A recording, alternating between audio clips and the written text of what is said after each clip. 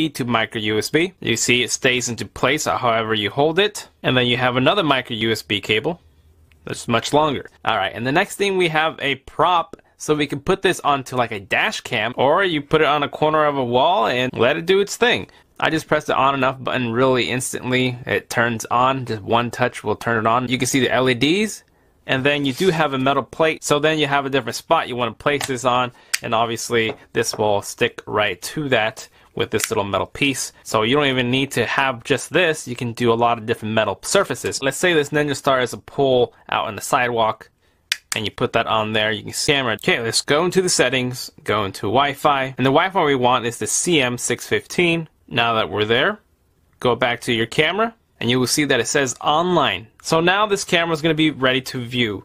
Even though I do not have a micro SD card in here, I can still use it and record everything off the phone display. So as I keep getting further away, you can see that this is how I'm recording everything. You can see myself. It's a really wide angle too.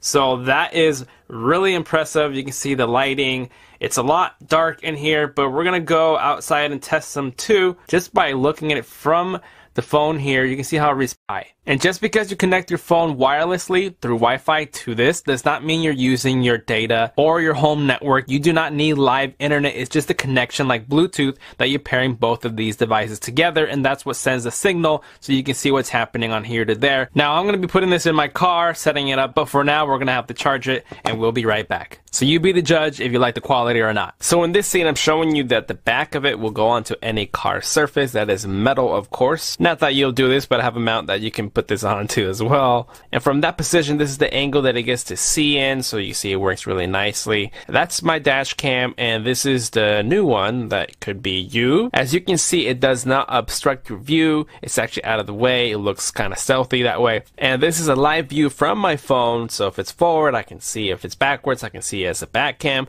But again, this is just showing you another surface to metal. That's just within the unit itself. And here I have my camera recording my cell phone. It's like a weird circle inception type of thing there.